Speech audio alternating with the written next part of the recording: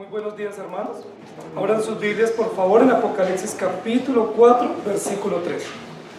Estamos caminando paso a paso por este apasionante libro de la Escritura, conociendo, recordando, resumiendo, descansando en la maravillosa revelación de Jesucristo, el Cordero Vencedor. Y hoy nos corresponde el versículo 3 del capítulo 4.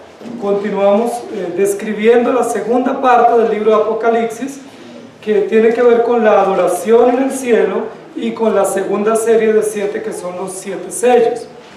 El capítulo 4, versículo 3 dice: y el aspecto del que estaba sentado era semejante a piedra de jaspe y de cornalina, y había alrededor del trono un arco iris, semejante en aspecto a la esmeralda.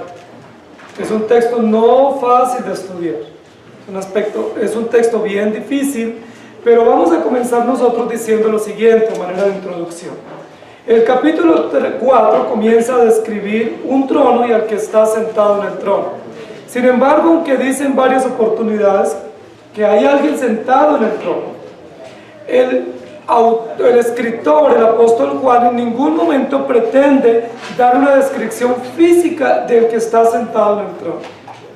No presenta ninguna característica antropomórfica o física o natural de aquel que está sentado en el trono, sino que comienza a describir al que está sentado en el trono a través de metáforas o a través de símiles. Es importante que en varias oportunidades en lo que va del estudio de Apocalipsis hemos visto que para describir a Jesús dice como o semejante a, que serían las palabras propias de un símil o de una comparación. En este versículo dice su aspecto era semejante, no está diciendo que era igual, sino que era similar o parecido, o en otros lugares dice como, que es un símil. Un símil es una comparación, es una figura retórica del lenguaje para dar una comparación. Cuando uno dice es como, hay un símil famoso en la Escritura que lo hemos tergiversado, que es el que dice: porque para Dios un día es como 1000 años y 1000 años como un día. No está diciendo que un día son 1000 años, sino como, hablando de la eternidad del Señor. Entonces aquí las comparaciones que vamos a encontrar son maravillosas, pero no vamos a decir que Dios es eso, sino es como eso, o es similar, o se puede comparar o entender a la luz de ese ejemplo. Y es importante esto, porque en ningún momento el escritor del libro de Apocalipsis nos presenta características físicas de Jesús, de tal manera que no pudiéramos hacer un retrato de Jesús. Por eso es imposible tener una figura o un retrato para adorar a Jesús. Todos los retratos que nos presentan los medios de comunicación o las películas son inventados, porque no tenemos una característica física de Jesús. Tenemos características que tienen que ver con su carácter, con su esencia como Dios, pero no características físicas. Ahora, algo importante también, que se dijo hace 8 días, es que para los judíos tenían muchísimo celo por intentar describir físicamente a Dios, porque es imposible. La Biblia dice que Dios habita en luz inaccesible y que está rodeado de gloria, de poder y de majestad. Y justo eso es lo que se va a describir en los capítulos 4 y 5. Se va a describir la gloria de Dios, la justicia de Dios, su santidad, pero en ningún momento se nos describe al que está sentado con características físicas, y eso es muy importante para nosotros. Las características son las características de su gloria, de su poder y de su majestad. Ahora, claramente nosotros sabemos que el que está sentado en el trono es Jesucristo. ¿Por qué lo sabemos? Hasta aquí no lo ha dicho la Biblia. El libro de Apocalipsis no ha dicho el que está sentado es Jesucristo. Pero nosotros lo sabemos. ¿Por qué? Porque el único que puede estar sentado en el trono es aquel que venció. El único que puede estar sentado en el trono es aquel que se encarnó. Dios no puede estar sentado en el trono porque Dios es espíritu. Y como Dios es espíritu, no puede ocupar un lugar, porque Él todo lo llena.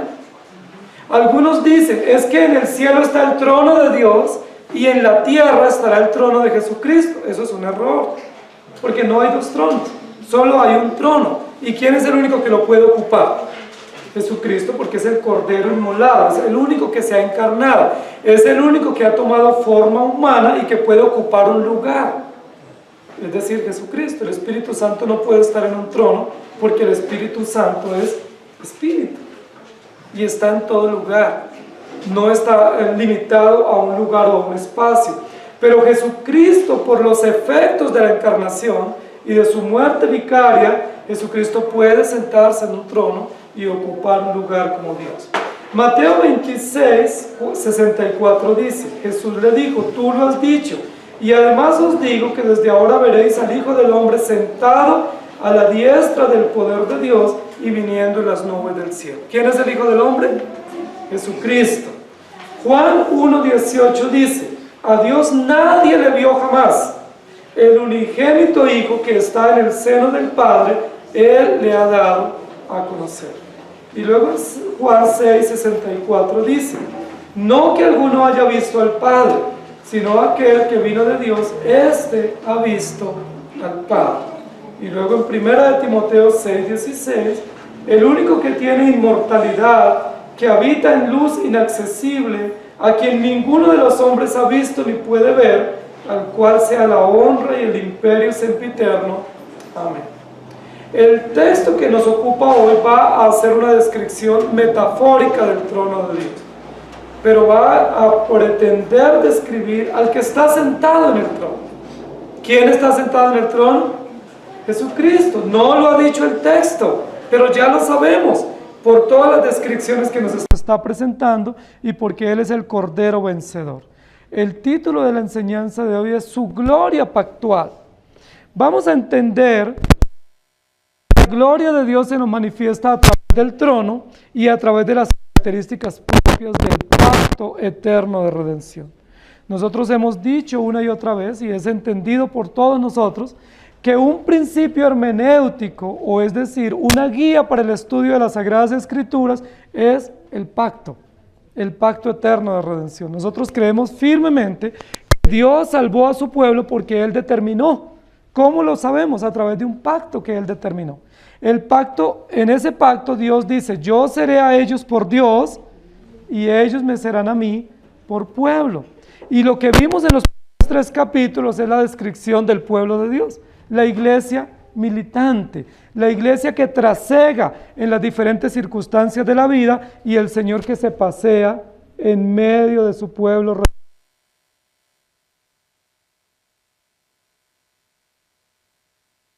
El Señor se pasea en medio de su pueblo y lo preserva por gracia. El texto que nosotros vamos a estudiar dice de la siguiente manera, y el aspecto del que estaba sentado era semejante a piedra de jaspe. En esta oportunidad, el versículo que nos ocupa a nosotros va a usar por lo menos el ejemplo de 3 tipos de piedras preciosas. Queridos hermanos, todas las piedras preciosas que nosotros podamos conocer o que tengamos referencia, siempre en la Biblia se usan para describir la gloria de Dios. Y esto es maravilloso. Es en primer uso que se da en la Biblia para las piedras preciosas, no es para mostrar la opulencia de los pueblos o la riqueza de los poderosos, sino para describir la gloria indescriptible de Dios. ¿Cómo se describe lo indescriptible?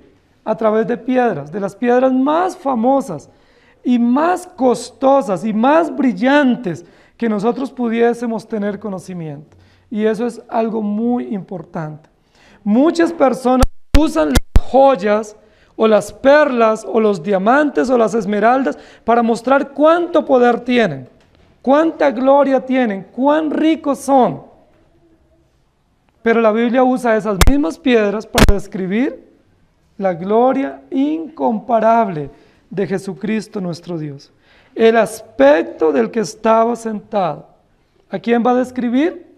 A Jesucristo, que está sentado en el trono, que está gobernando, que es Rey, Señor, por siempre. En el texto anterior nosotros vimos que el que estaba sentado es Dios. Jesucristo es Rey, es Señor, pero también es juez. Y hoy nos va a decir cómo es el aspecto, es decir, a qué se parece, a qué para comparar al que está sentado.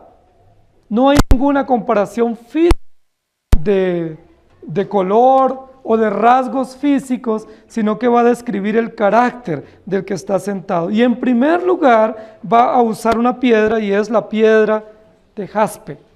Jaspe. Muchos dicen que la piedra de jaspe sería lo que hoy nosotros conocemos como el diamante, como los diamantes, que son las piedras más brillantes, más finas, más duraderas que se pueden conocer.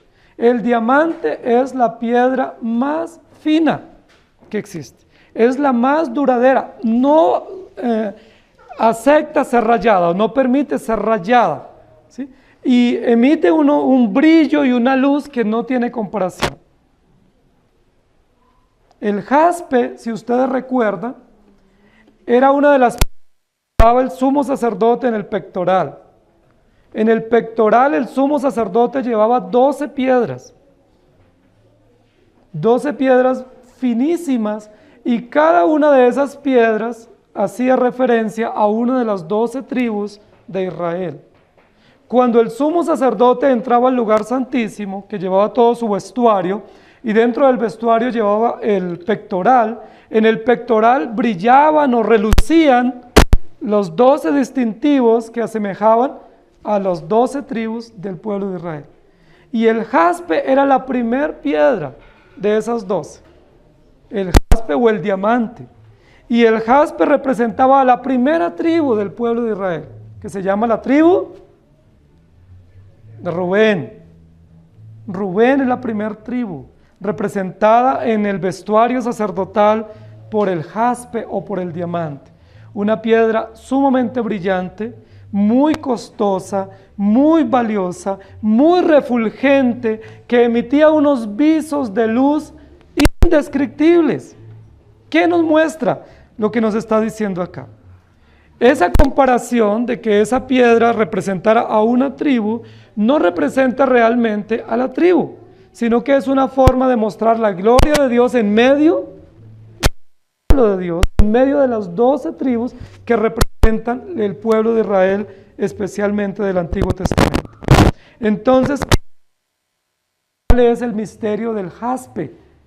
El texto dice, y el aspecto del que estaba sentado era semejante a piedra de jaspe.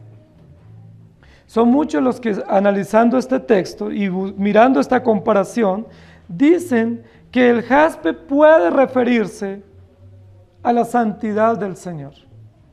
Que la luz, el brillo, el valor, el fulgor absolutamente singular de esta piedra habla de la santidad y la gloria de nuestro Dios. Y no es para menos. Moisés, cuando vio la gloria de Dios, lo compara con una luz. Dice que la gloria de Dios y la majestad de Dios era como una luz que él no podía. Tuvo la visión del templo y vio a Jesús en esa descripción del capítulo 6. Dice que había una luz que él no podía describir, que había un ser allí, o que había una persona, pero que no podía ser descrito físicamente, sino que lo describe con una luz incomparable. ¿Se acuerdan cuando Saulo es llamado por el Señor? ¿Y qué fue lo primero que él se encontró en ese encuentro maravilloso con Jesús? Una luz incomparable, que él no pudo resistir, que era una luz más brillante y más fuerte que la luz del sol al mediodía. Y no la pudo resistir. ¿Y se acuerdan cómo quedó Saulo? Quedó ciego. Algunos dicen que probablemente ese era el aguijón que tenía Pablo, que desde ahí tuvo serios problemas de la vista, porque él pretendió mirar esa luz y no pudo. La Biblia dice que el Señor Jesús es como nuestro sol de justicia, que es como la luz más brillante, más fulgurante que nosotros pudiésemos imaginarnos, que Él habita en una luz inaccesible y que nadie puede soportar ver su gloria, ver su santidad, ver su belleza. El aspecto del que estaba sentado era semejante a una piedra brillante, o a una piedra traslúcida, o a una piedra como un cristal maravilloso que nos muestra la santidad del Señor Jesucristo. ¿Saben, queridos hermanos? Jesucristo es Dios.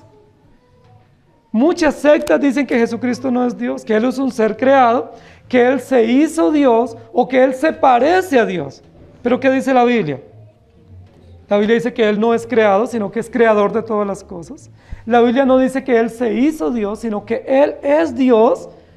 Y lo dice en Filipenses y en muchos otros textos, ¿cierto? Dice, siendo igual a Dios, no estimó el ser igual a Dios como cosa a que aferrarse, sino que se despojó temporalmente de los privilegios del trono para cumplir el propósito de la redención, pero luego, habiendo cumplido el propósito, resucitó y ascendió al cielo y está sentado a la diestra de Dios. Jesucristo es Dios. Jesucristo no se parece a Dios. Jesucristo es Dios. Es la revelación visible de Dios. Él nos muestra la gloria de Dios, el resplandor de Dios, la santidad de Dios. Él nos muestra la grandeza y la magnificencia de Dios. Ahora, el hecho de que esté sentado, que Dios con su mostrada, revelada a través de Jesucristo, gobierna. Y eso nos muestra algo muy importante del trono de Dios. Si el que está sentado en el trono es santo, el trono es santo. Y todo el reino de Dios o el gobierno de Dios es un gobierno santo y justo. Por eso la Biblia dice, sin santidad nadie verá al Señor. Es necesario que nosotros, pecadores, seamos santificados por el poder del Evangelio, y es necesario que esto corruptible se vista de incorrupción para poder ver a Dios. El diamante, dicen los que conocen de esta piedra, es la piedra más fina, y es una piedra tan fina que no admite ningún tipo de polución o ningún tipo de residuo, porque es pura en sí misma. Por algo el Señor la usa para comparar la propia santidad de sí mismo. No puede ser comparada la santidad del Señor de otra manera, sino como el sol en fuerza o con el diamante, que es una piedra maravillosa. El aspecto del que estaba sentado, es decir, de Jesucristo, el Cordero vencedor, era semejante a la piedra de jaspe. ¿Qué nos muestra eso con relación al pacto? Estamos viendo la gloria del pacto, la gloria del que está sentado, que es el cumplidor del pacto, Jesucristo, el Cordero vencedor. ¿Y qué características tiene el pacto de Dios? Una característica del pacto es la santidad del pacto, la pureza del pacto, la belleza y la transparencia del pacto de Dios. El pacto de Dios es santo, y por ser santo es seguro, es puro. Muchos dicen, el pacto de Dios tiene que ver con que Dios hizo su parte y nosotros hacemos nuestra parte. Listo, si eso fuese así, ya no sería santo, porque la parte de Dios sería santa, pero la parte nuestra sería corrupta. No puede ser así. Muchos dicen, no, es que el pacto significa que Dios posibilitó la salvación para todos, pero solo recibirán la salvación aquellos que estiren su brazo y agarren este beneficio, o aquellos que abren la puerta a Dios para la salvación. Si fuese así, el pacto no sería santo, porque habría participación o iniciativa nuestra y no podría ser santo.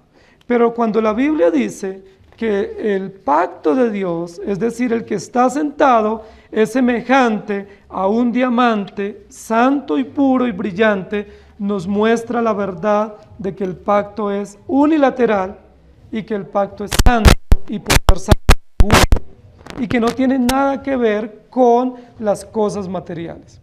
Ahora, describir en este texto la santidad del Señor es maravilloso para nosotros, es esperanzador. ¿Recuerdan dónde estaba la iglesia en este momento? En medio de persecución, en medio de angustias de los imperios, en medio de grandes amenazas ideológicas, y que Juan nos pueda describir en esta visión el aspecto semejante del carácter del que está sentado es maravilloso, porque la iglesia vivía en medio de corrupción, en medio de inmoralidad, y gran parte de la iglesia, de las iglesias que vimos, estaban llenas de inmoralidad también. Pero que Juan mire en otra dirección y nos diga que el que está sentado es santo, eso nos da esperanza a nosotros. Porque el que está sentado en el trono es santo, ¿qué puede hacer por nosotros pecadores? Santificarnos, purificarnos, darnos la esperanza de la limpieza y de la pureza, porque solo Él, que es santo, nos puede lavar de nuestras inmundicias. Pero el hecho de que haya uno sentado en el trono y que sea santo y que sea una noción de esperanza para los que están recibiendo la carta, nos muestra otra verdad agregada, y es que la iglesia sigue en la tierra como iglesia militante. ¿Se acuerda que dijimos que este era uno de los capítulos que usaban los dispensacionalistas para decir que la iglesia ya estaba en el cielo? Si la iglesia ya está toda en el cielo, ¿por qué Juan describe que el que está sentado es santo para dar esperanza a los que están trasegando o en el peregrinaje diario de la vida cristiana? Porque la iglesia todavía no ha sido llevada a la presencia del Señor, porque todavía está caminando. Y yo quiero unos textos de apoyo para que ustedes entiendan un poco más, todos entendamos lo que estamos diciendo. Éxodo 39:13 dice: y la cuarta hilera, un berilo, un ónice y un jaspe, todas montadas y encajadas en engastes de oro, hablando de las piedras que llevaba el sumo sacerdote en el pectoral. Y luego en Ezequiel 1:26 al 28 dice: y sobre la expansión que había sobre sus cabezas se veía la figura de un trono que parecía de piedra de zafiro, y sobre la figura del trono había una semejanza que parecía de hombre sentado sobre él, y vi apariencia como de bronce refulgente, como apariencia de fuego dentro de ella en derredor, desde el aspecto de sus lomos para arriba, y desde sus lomos para abajo vi que parecía como fuego y que tenía resplandor alrededor, como parece el arco iris que estaba en las nubes el día que llueve. Así era el parecer del resplandor que había alrededor del que estaba en el trono. Esa es la visión que tiene Ezequiel. Ezequiel tiene una visión del trono de Dios, y esa visión, de igual manera como la visión de Juan, está rodeada de luz y rodeada de brillo de piedras preciosas. La misma connotación a la visión de Daniel, a la visión de Juan, a la visión de Isaías y a la visión que tiene el apóstol Pablo. Es decir, hay dos aspectos juntos aquí en esta visión.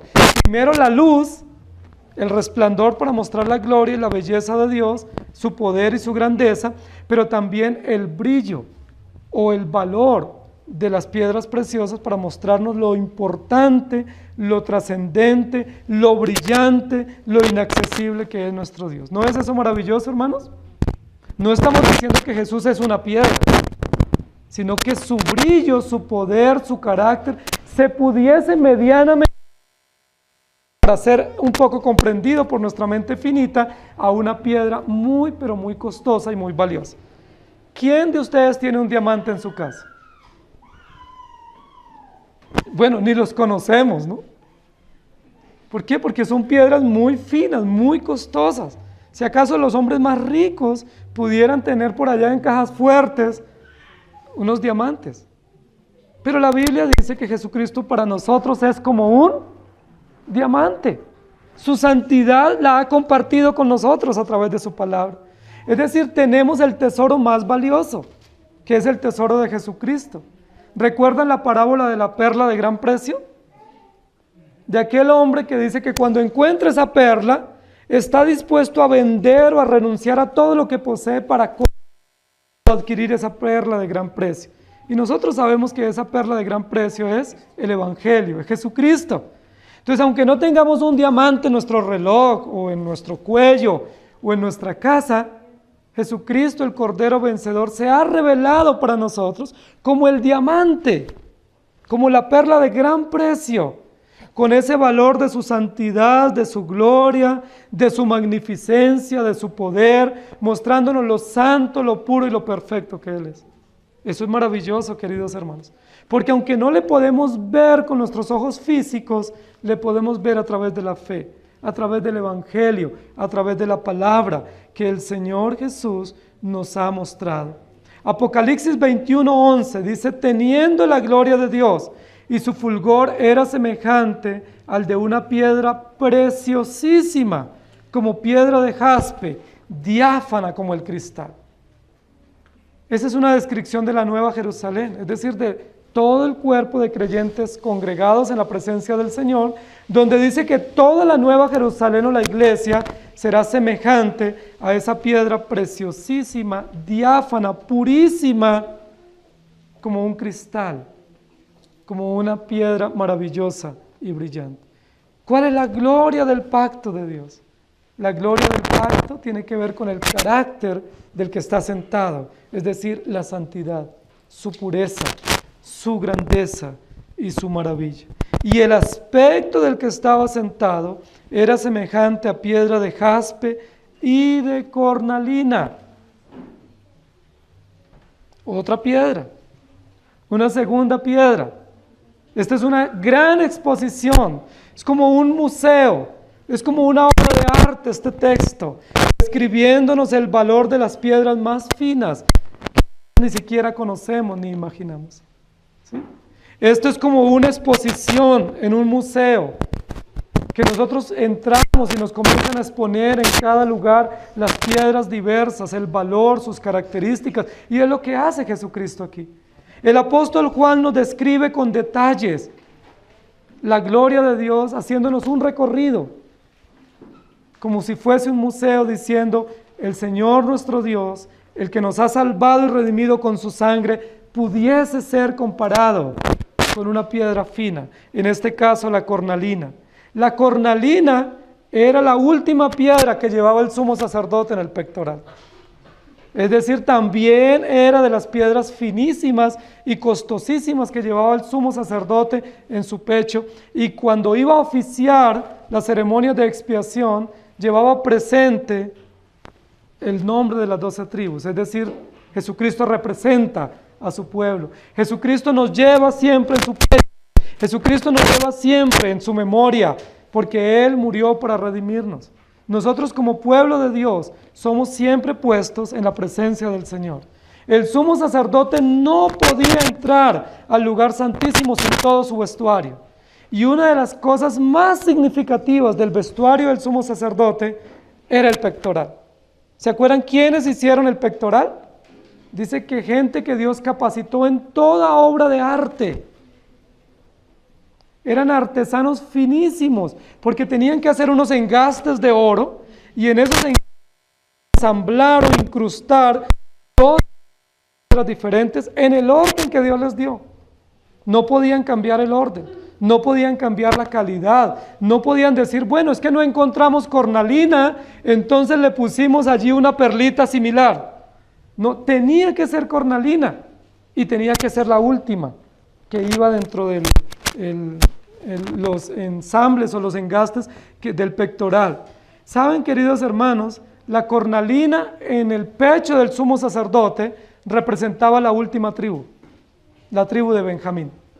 ¿Y se acuerdan qué significa Benjamín? El hijo de mi derecha, el hijo de mi diestra.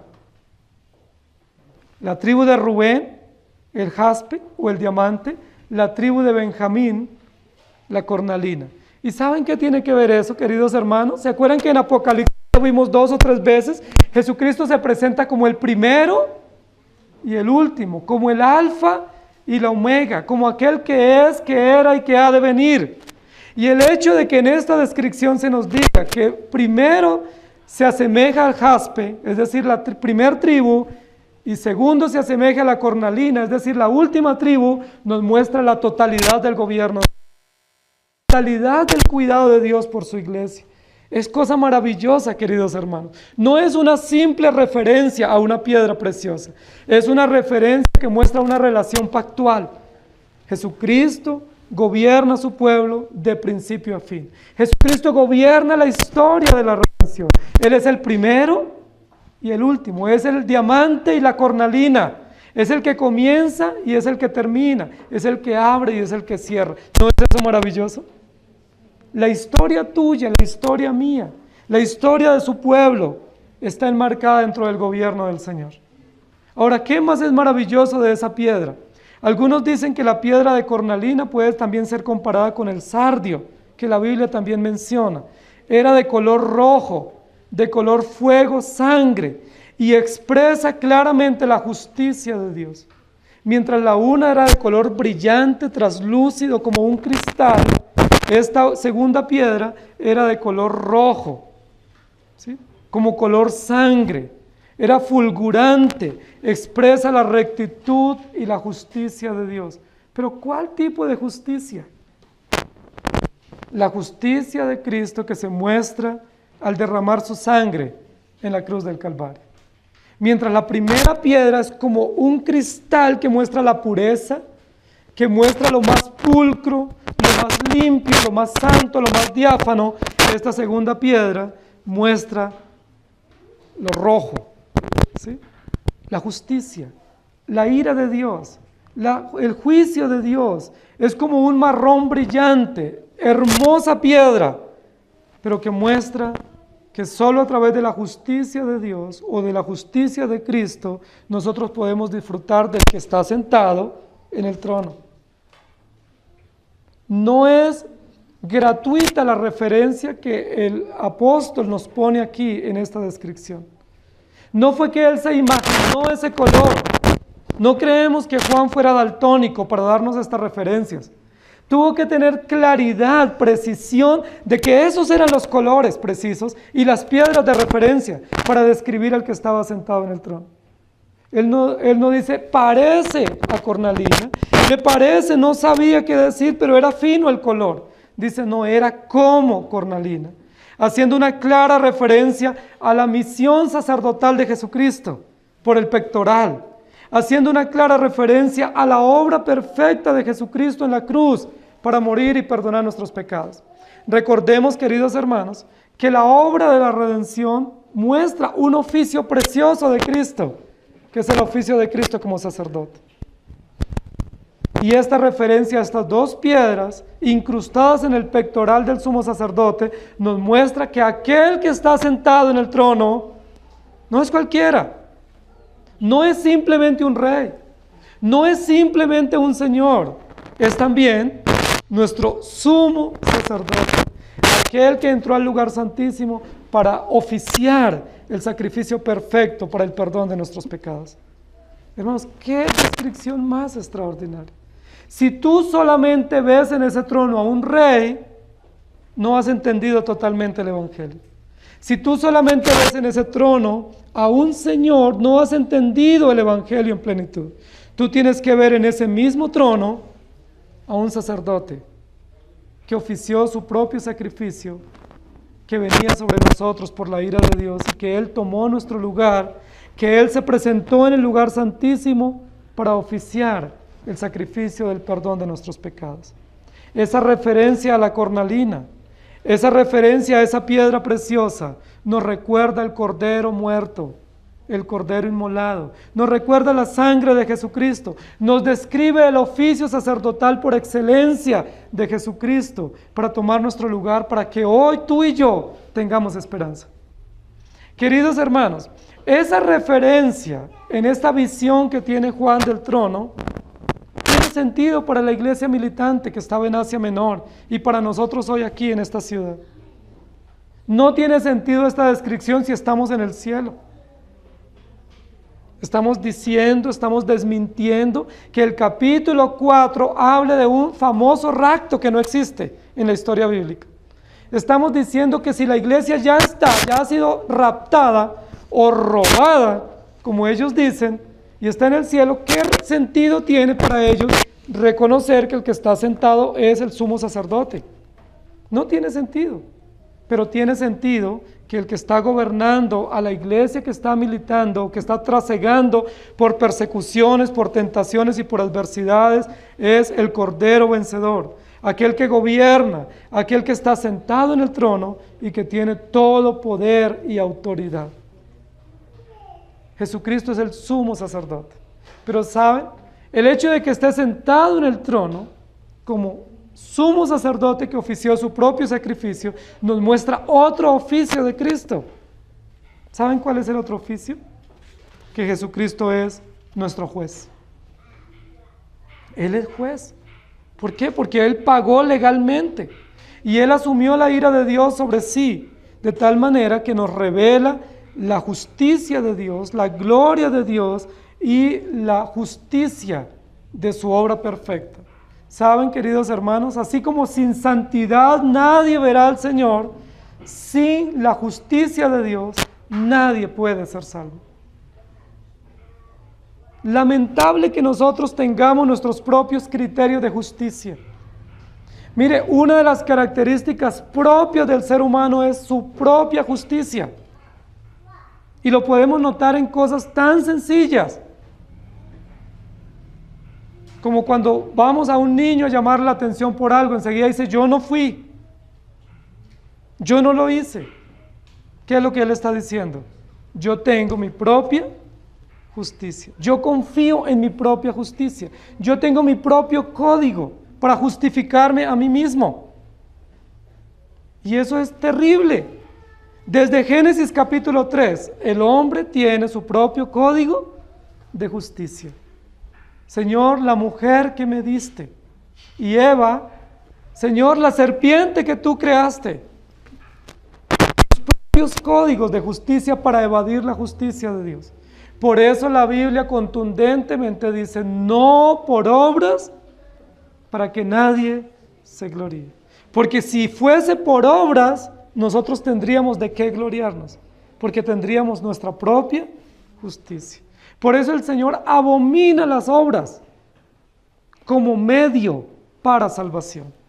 Él reconoce y acepta las obras que Él dispuso para nosotros como expresión de gratitud por la salvación, pero rechaza tajantemente toda obra nuestra que pretenda a través de ella ganar la justicia de Dios. Es un solo sacrificio por los pecados, el sacrificio de Jesucristo, el Cordero de Dios. Hermanos queridos, cuando nosotros presentamos obras para pretender ayudar o contribuir, ¿saben qué estamos diciendo? Que el sacrificio de Cristo fue insuficiente. Que Jesucristo no pudo, no tuvo la capacidad, no tuvo el poder de pagar todo y que dejó por lo menos un pequeño porcentaje en nuestra cuenta. Cuando decimos ayúdate que yo te ayudaré, estamos diciendo que es por obras. Ese es el pensamiento católico romano. Pero ¿cuál es el pensamiento evangélico protestante? Dios hace lo imposible y tú haces lo posible. Es igual, obras. La piedra que está descrita acá, esa piedra finísima, esa piedra valiosa de la cornalina o del sardio, muestra la majestuosa santidad de Dios, la radiante santidad de Dios. La Biblia dice que Dios está vestido de justicia. La Biblia dice que cuando nosotros somos salvos por su gracia, Él nos cubre con un manto de justicia.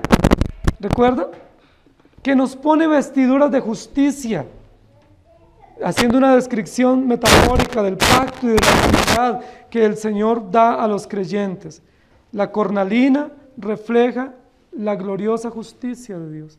Pero ¿cuál tipo de justicia? La justicia de la redención, la justicia de la mediación, la justicia de la sustitución, la justicia sacerdotal de Cristo, muriendo para perdonar nuestros pecados. Saben, queridos hermanos, nosotros no hemos entendido todavía lo que significa la justicia de Dios. La Biblia dice que por justicia usted y yo estamos destituidos de la gloria de Dios. Si fuese por justicia, hoy mismo deberíamos morir. Si fuese por justicia, hoy mismo deberíamos ser fulminados, exterminados, porque somos malos, somos pecadores. De continuo solamente el mal. ¿Cuál es nuestra única esperanza? La justicia perfecta de Jesucristo. La justicia que Jesucristo muestra a través de oficiar su propio sacrificio en el propiciatorio para perdonar nuestros pecados. Pero eso no muestra nuestra justicia, eso muestra la justicia de Dios.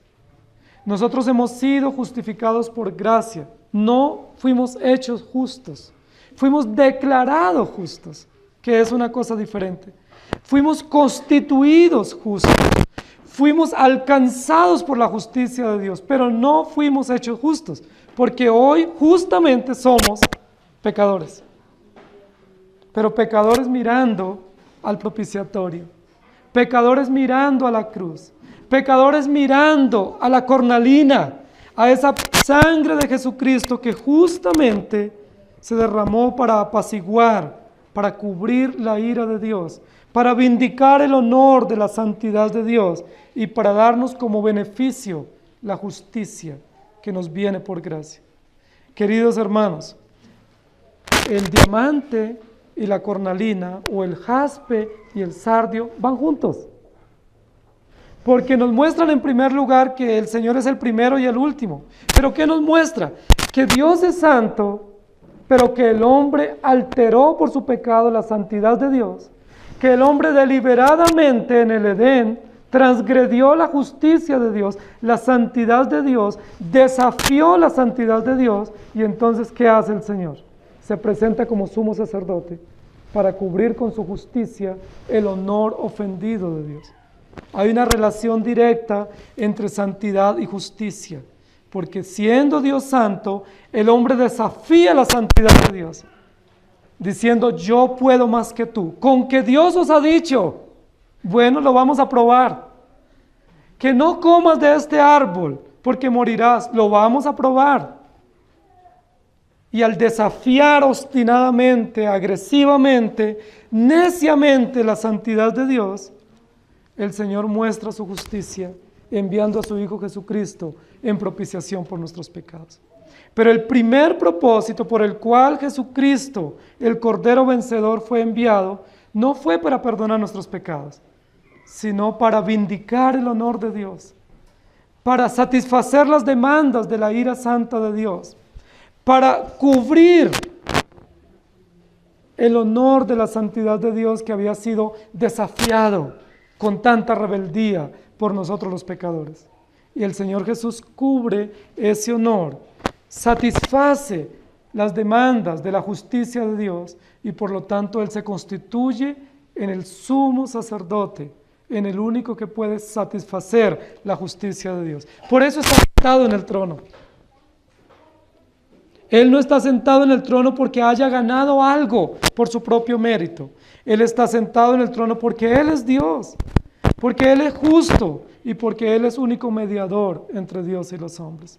Diamante y cornalina, santidad y justicia nos muestra el carácter de nuestro Dios.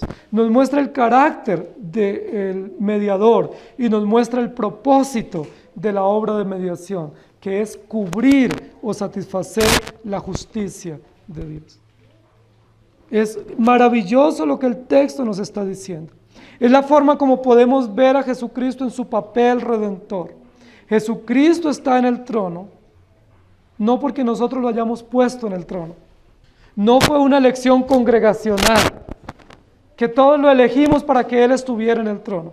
Él está en el trono porque Él es Dios, santo y perfecto, pero está en el trono porque Él es el único sumo sacerdote justo que puede mediar para con Dios y nos trae como beneficio la justificación.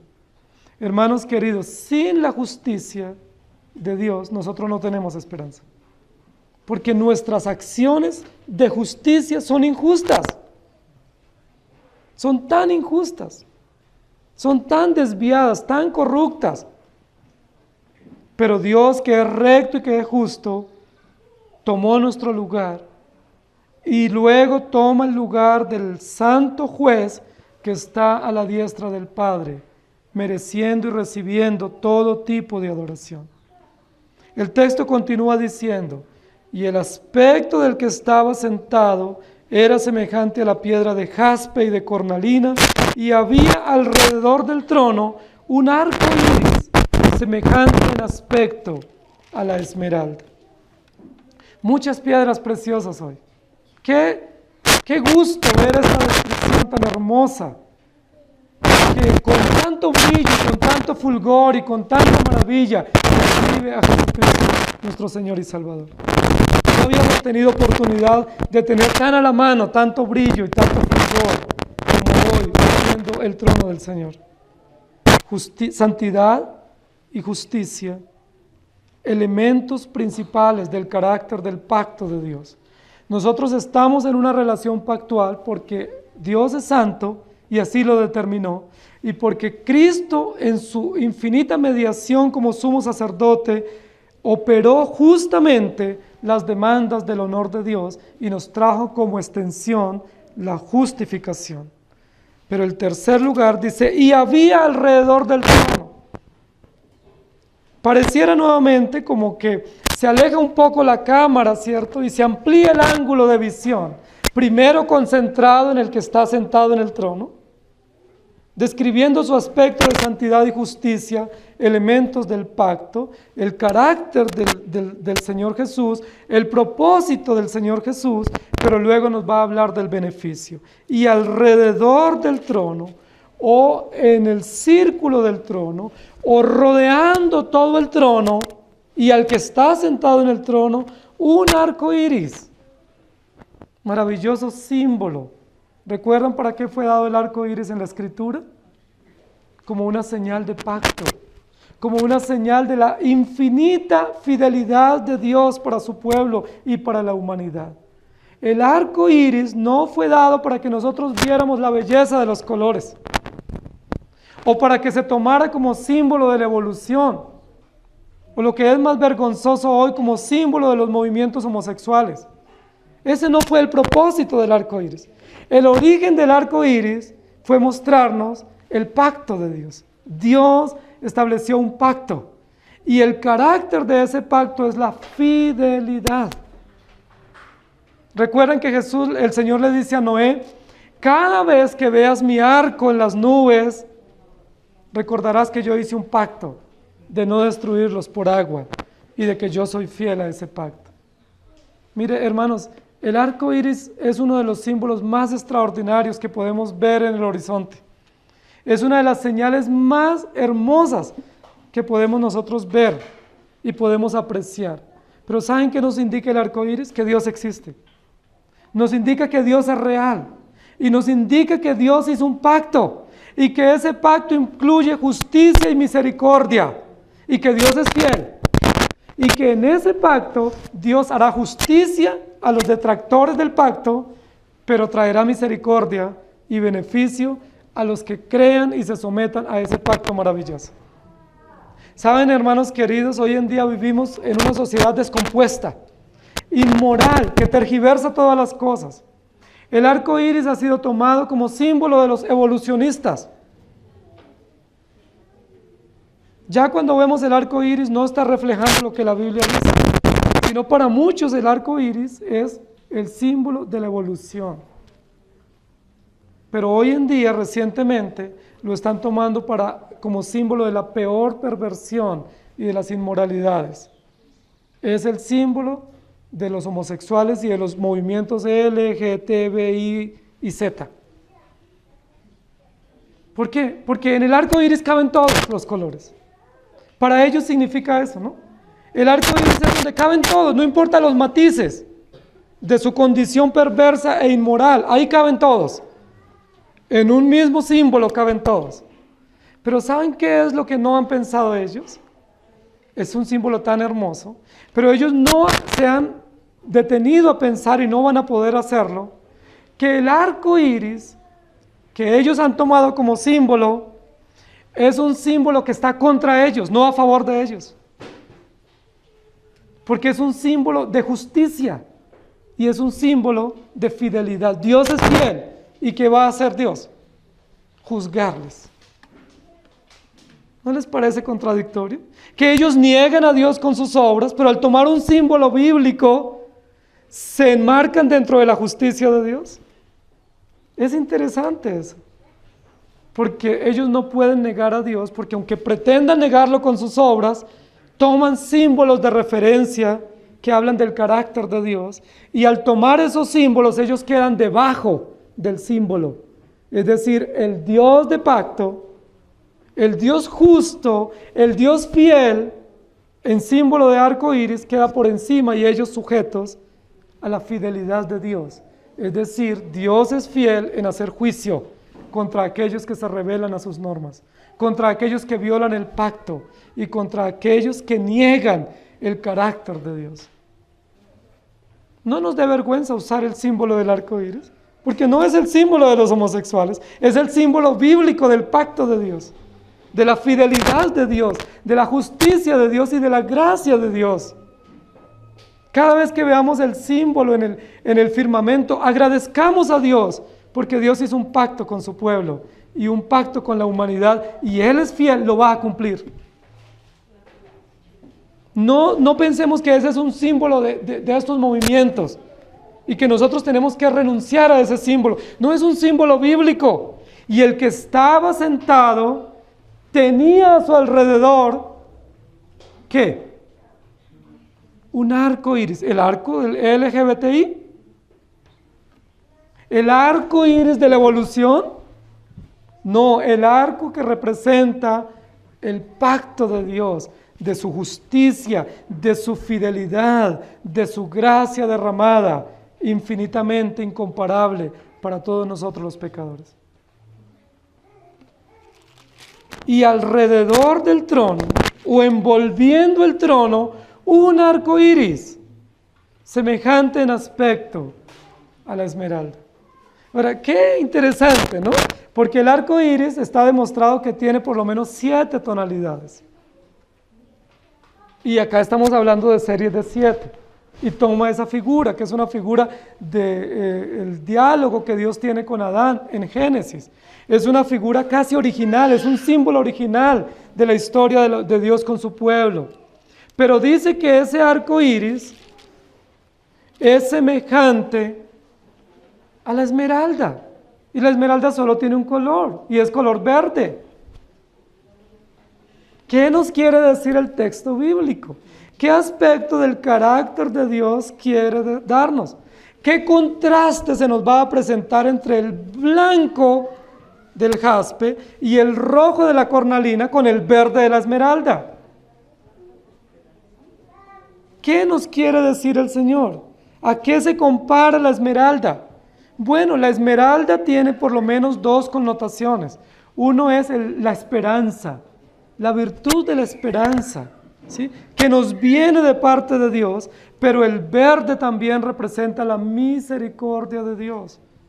La misericordia, la bondad extendida que Dios nos da. Aunque el arco representa justicia, como dice que es semejante al verde, es una justicia que nos viene llena de misericordia. Es una justicia bañada de misericordia. Y esto me encanta, esta figura. Porque la justicia no está por un lado y la misericordia por otro. Dispensacionalismo. Antiguo Testamento justicia, Nuevo Testamento misericordia, dicen muchos. No, toda la Escritura está mostrando que la justicia está bañada de misericordia. El proverbista dice, la justicia y la misericordia se encontraron, se abrazaron y se besaron. Y eso es lo que está aquí en esta figura. La justicia abrazando o bañando o cubriéndose de misericordia. ¿Saben, queridos hermanos? Estos ejemplos son extraordinarios para mostrarnos el carácter del pacto. Y el carácter o el beneficio que nos viene a nosotros es todo de gracia. Nosotros estamos bajo la justicia de Dios, simbolizada en un arco iris. Estamos bajo la justicia de Dios. Pero el hecho que diga que la justicia es semejante, o el arco iris mejor, es semejante en aspecto a la esmeralda, nos muestra que aunque estamos bajo la justicia de Dios, esa justicia nos llega a nosotros como misericordia. Esa justicia se nos extiende a nosotros como una acción de misericordia. ¿Saben? Por justicia debíamos morir. ¿Por qué no morimos? Por justicia debíamos morir, hermanos. ¿Por qué no estamos muertos? Porque esa justicia para su pueblo es semejante a la esmeralda. Es semejante a la esperanza. Es semejante a la misericordia que se derrama para que tú y yo no muramos, sino que seamos tratados con misericordia. La Biblia dice, cuando Noé, le dice, cuando comience a llover o haya semblante de lluvia y salgas y mires el firmamento y veas mi arco, recuerda que no van a ser destruidos por agua. Justicia con misericordia. El arco iris es señal de juicio, pero nos viene a nosotros a través de la misericordia.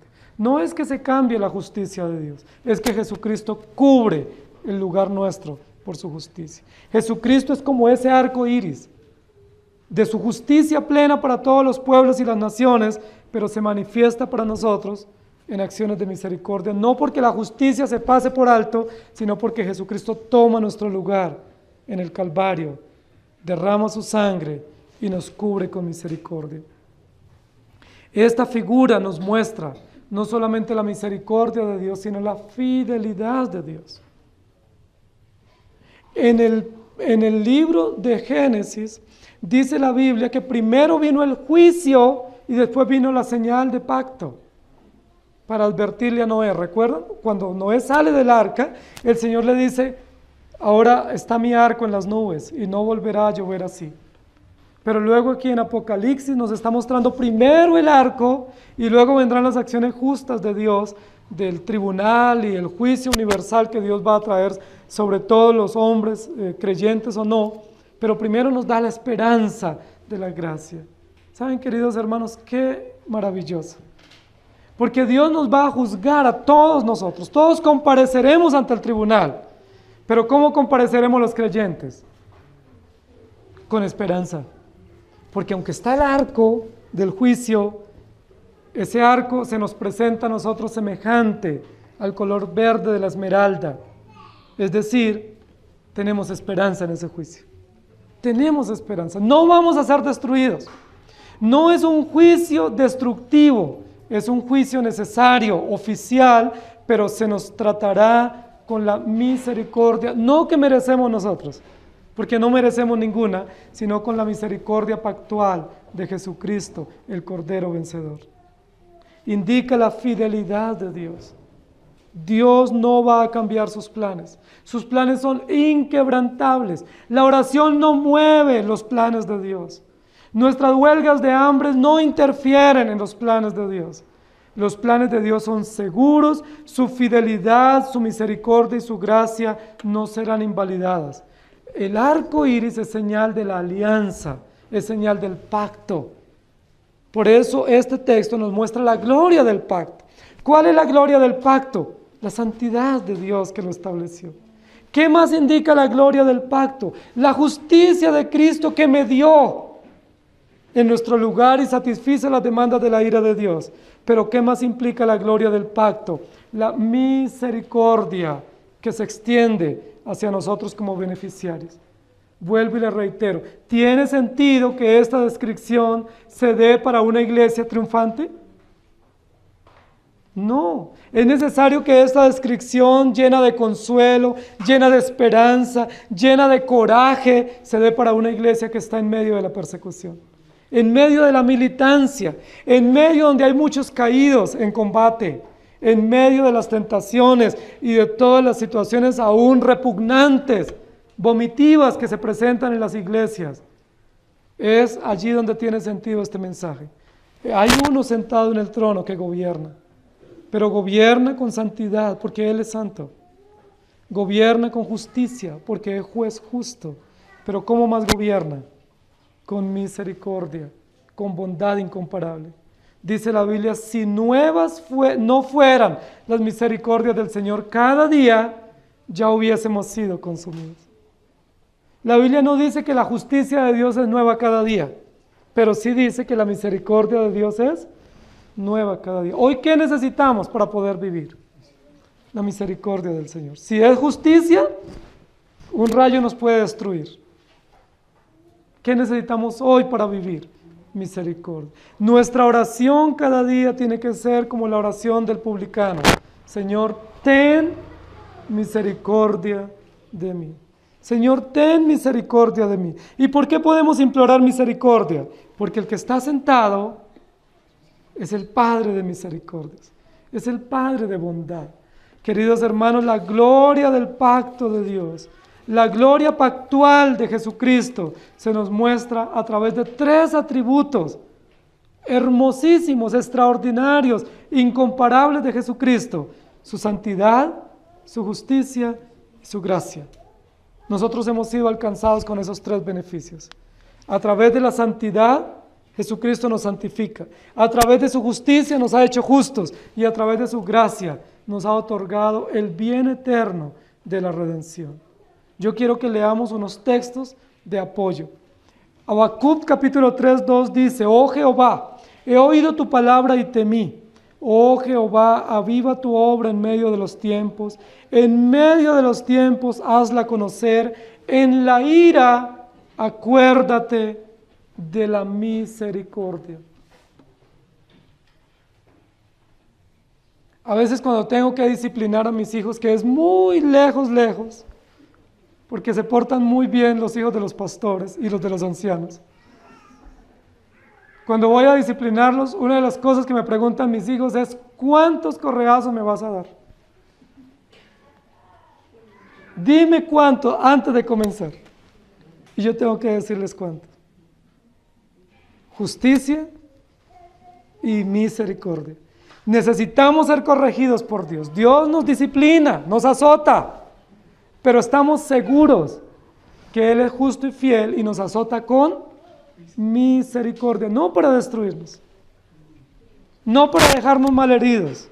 Él nos disciplina para levantarnos, para corregirnos, para mostrar su justicia y su misericordia en nuestros corazones. ¿No es eso maravilloso? ¿No es eso motivo de esperanza?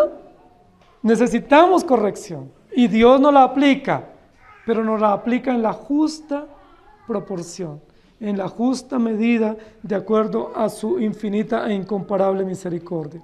Génesis 9, 12 al 17.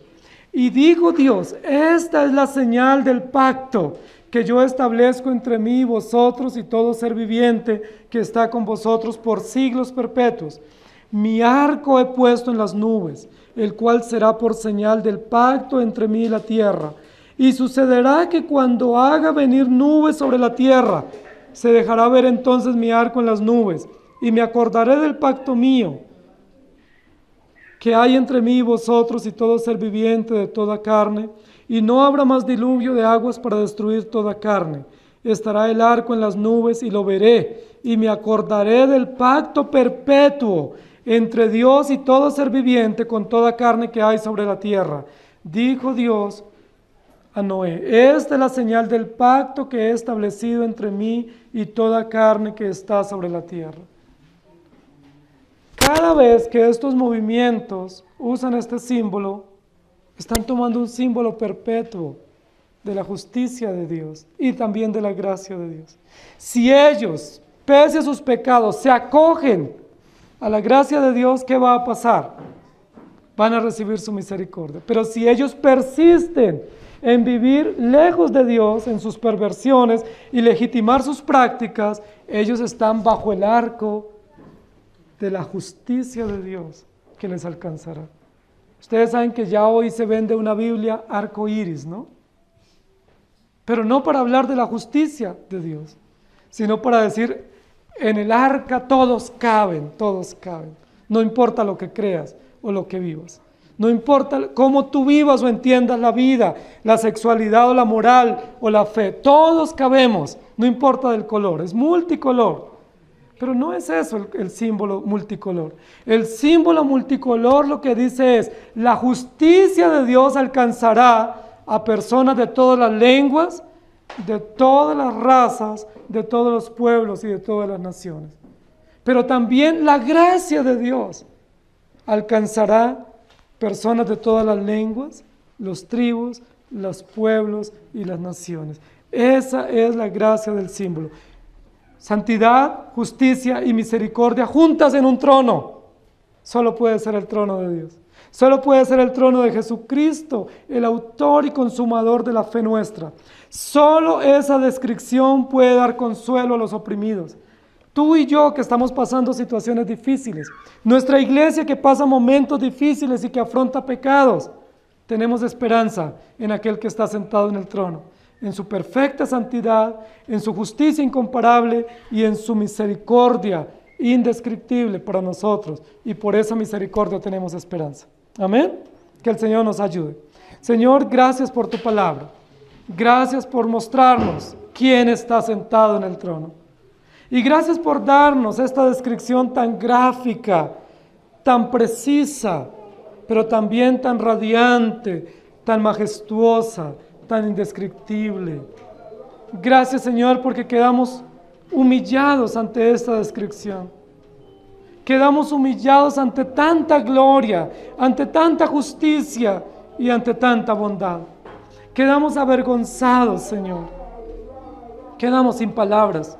Quedamos, como decimos, boquiabiertos, viendo la maravilla de tu trono, viendo la maravilla de tu carácter y viendo los beneficios con los cuales nos has alcanzado por gracia. Gracias porque el que está sentado en el trono no es un hombre más. El que está sentado en el trono es Jesucristo, el eterno Dios, el eterno juez y el eterno mediador a favor de Dios Padre, pero también para beneficio de tu pueblo. Señor, cuántas angustias tenemos en esta tierra, cuántos sinsabores, hoy mismo enfrentando serias tentaciones, enfermedades, hospitalizaciones, temores a la muerte, crisis económicas, conflictos en los hogares, iglesias divididas, tantas inconsistencias en nuestra vida, tantas falencias en nuestra fe, tantos vacíos, tantas perforaciones, tantos huecos, tantas cicatrices. Pero Señor, cuando levantamos nuestros ojos a ti y vemos tu trono y al que está sentado en el trono, quedamos humillados, Señor, porque vemos tanta santidad, tanta perfección, vemos una justicia plena y absoluta y vemos tanta gracia derramada para nosotros, Señor, tan inconsistentes. Y ahí logramos comprender un poco más el texto bíblico que dice: donde abunda el pecado, sobreabunda la gracia. Estamos rodeados de igual manera por tu justicia, así como el trono tuyo está rodeado de justicia. Como iglesia estamos rodeados por tu santidad. Estamos rodeados, Señor, por tu acción legítima en la cruz. Y estamos cubiertos, rodeados, abrazados por tu infinita e incomparable misericordia. Señor, haznos entender tu palabra y llénanos de gozo y gratitud para que podamos vivir para ti. No para que amemos el pecado, sino para que amemos tu santidad. Y por tu infinita justicia y por tu gracia podamos ser cada vez más limpios y diáfanos, cual piedras preciosas, al lado tuyo, junto a ti, adorándote por siempre. En Cristo Jesús. Amén. Que el Señor les bendiga, hermanos.